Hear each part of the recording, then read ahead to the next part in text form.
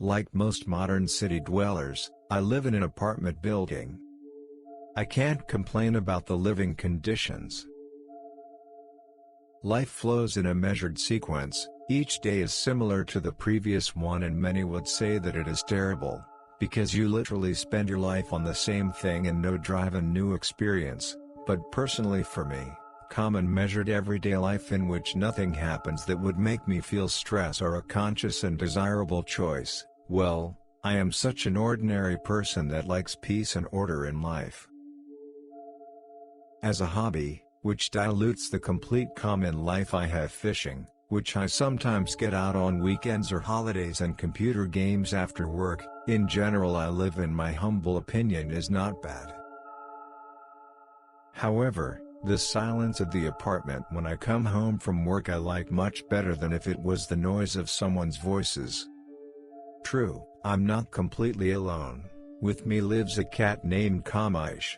By the way, it is a big, without exaggeration, kotyara, you bet, because it is a purebred Maine Coon. But Kamysh did not confuse me at all, as the cat was calm and affectionate, and most importantly did not drag wallpaper and went only in the litter box.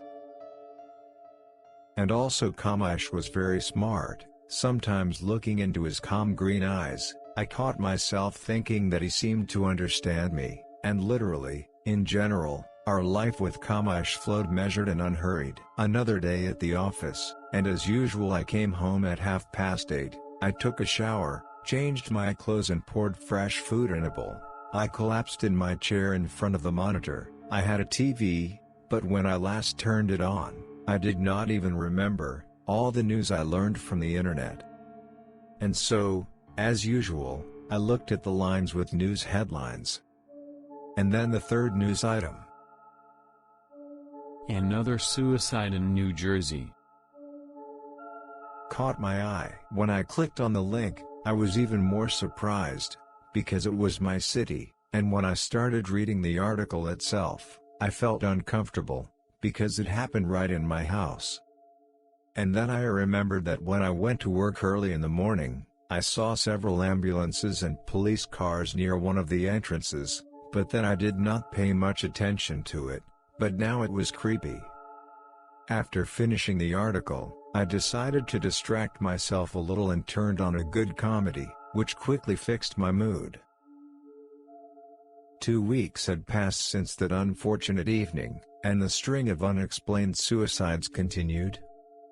All of them happened in different houses and at different times, and sometimes whole families were killed. Separately frightening was the fact that there were no special reasons for it. All were absolutely normal people without serious problems in life. What could push them to this fatal step no one understood. Once again I came home and spent the evening as usual, with the only difference being that I started the laundry for the night. Since tomorrow was Saturday, I didn't have to go to work in the morning and could hang up the laundry in peace. I often did so, for the reason that immediately after work there was no desire to do it, and since the washing machine was quiet, the process of washing did not cause any problems with sleep. I was woken up by a heavy knock on the door. Quickly grabbing my phone I looked at the time. It was 2:30 in the morning. What the hell, who would even be banging on the door in the middle of the night? Walking over to the door I looked through the peephole. Standing behind it was my downstairs neighbor. He knocked on the door again and then immediately pressed the bell. Realizing that he obviously didn't come to borrow salt, I gently opened the door and asked him, "Good night, why are you here so late?" He immediately replied, "Why did you come? You're pouring water on me, so I came." I rushed to the bathroom and as soon as I opened the door I saw a huge puddle on the floor under the washing machine. Well, the devil made me save money and take a Chinese drain filter instead of the original one. By the way, I had already had a breakdown of the washing machine before, namely the drain filter, although, given that the machine is already 6 years old, it is not surprising. In the bathroom I had a small threshold, for this reason the water did not leak out into the corridor, but alas the floors did not have waterproofing, as a consequence of which I caused my neighbor not a little trouble. I grabbed the first towel I could find and threw it on the floor so that it could absorb the water, and then went out into the hallway to the neighbor. Sorry, the machine leaked again. I'll clean it up. We'll agree on compensation tomorrow. The old man immediately sighed and said, Come on, there is a little leak, a stain on the ceiling, that's all. The equipment and furniture is not spoiled, so it's not a big deal. After this brief conversation, the neighbor turned around and went to his room. I had to clean up. Gathering in a pile all the old towels I found in the house, I went to fight with water.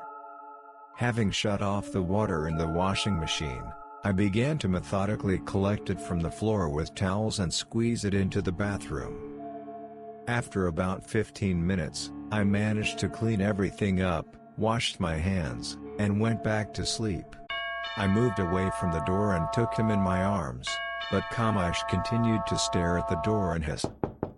It was clear that something was obviously wrong. The cat was very scared, so there was a reason for it. But what exactly could scare him so much? There was my neighbor at the door, who came just half an hour ago, and Kamysh was absolutely calm. I was pulled out of my thoughts by a persistent knock on the door, which replaced the ringing of the doorbell. Gently lowering Kamysh on the floor, I again went to the door and again looked through the peephole. The neighbor was still standing behind the door. But taking into account the cat's reaction, I did not hurry to open the door. I stared intently through the peephole, hoping to see what it was that could have frightened him so much. But I did not see anything strange, but something tensed me up. The neighbor was looking through the peephole as if he could see me through it, though it was impossible. And then I remembered that I had once read that cats could sense otherworldly things, things that humans could not sense and could not see with their own eyes.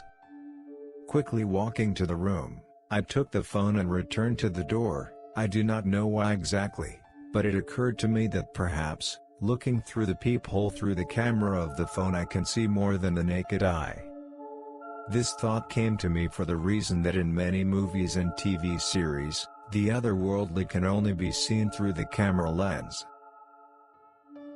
And despite the strong feeling of awkwardness of a 25-year-old guy looking through the peephole at his neighbor's door with a phone camera in the hope of seeing a ghost, I turned on the camera mode on my smartphone and brought it close to the peephole. My eye was caught by something strange on the ceiling, right above the neighbor. It was at the top of the screen, and I noticed it just out of the corner of my eye. But I was ready to swear that there was something there that shouldn't be there. I took the phone away from the peephole and pressed myself against it, looking closely at the ceiling that was visible through it, but I didn't see anything. Then I pulled out my phone again and used the camera. When it finally focused again, I saw it. It was right above my neighbor. It was about the size of a not very large dog. The body of the creature resembled a thick and short caterpillar of black and brown color. The body was pulsating from one part of the creature to another, just like a real caterpillar.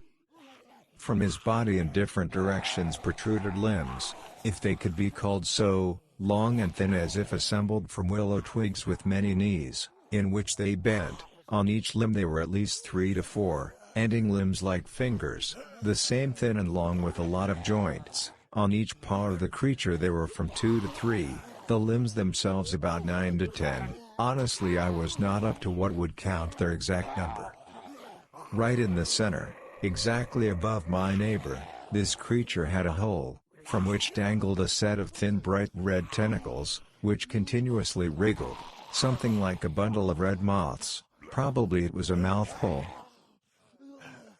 2 of the limbs were behind my neighbor's back, and every time he pressed the doorbell, they moved slightly, as if it were controlling him like a fucking marionette. At some point the creature stopped ringing the doorbell with my neighbor's hands. It was like it realized I wasn't going to open it. My neighbor's body abruptly turned around and slowly walked towards the elevator. When he turned around, I saw that two of the creature's limbs were literally embedded in his neck, the thin fingers like needles deep into the skin right in front of his cervical spine, but there was no trace of blood on his neck. The creature crawled leisurely along the ceiling, following my neighbor, or should I say he was following it.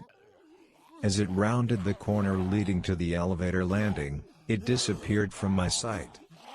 I couldn't move away from the door until it was out of sight.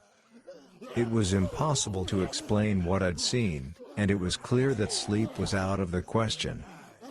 I just sat in the kitchen and drank coffee, looking at the clock that hung on the wall, waiting for the hands to cross the 6 o'clock mark, because at that time it was getting light, but now it was only the second hour of the night, and according to my subjective sensations time was running treacherously slow. When I went to the electric kettle to pour boiling water over the instant coffee, I almost dropped it out of my hands out of surprise. The lights in the apartment went out instantly, and a wave of cold, clammy fear came over me again. Turning on the flashlight and the camera on my phone, I went to the door, looking in front of me through the smartphone camera. Slightly pushing back the closet that stood in the hallway and opening the lid of the electrical panel, I realized that the problem was not in the apartment, but in the entryway panel. Looking through the door peephole, I saw that the stairwell was dark, so the switchboard on our floor was completely knocked out. I used the camera on my smartphone again to see what was going on in the entryway, and yes, it was there. But this time it wasn't in front of my door, it was hanging right in the center of the stairwell. It was as if it was waiting for someone to come out of the apartment to check what had happened to the panel. But luckily, none of the neighbors opened the door, probably everyone was asleep, and no one noticed the lights out. I met the first rays of the sun in a half-crazed state. The only thing I wanted at that moment was to understand what this thing was and whether I could somehow defend myself against it. Suddenly the light in the apartment turned on, which means that someone from the neighbors came out of the apartment and switched the switch on the switchboard. Again, looking through the door peephole through the camera, I saw my neighbor, who simply closed the cover of the switchboard and went to his apartment. The creature that appeared at night was nowhere to be seen. My neighbor that night hanged himself in the bathroom on the towel dryer. What was the reason? Neither the police nor relatives have not understood.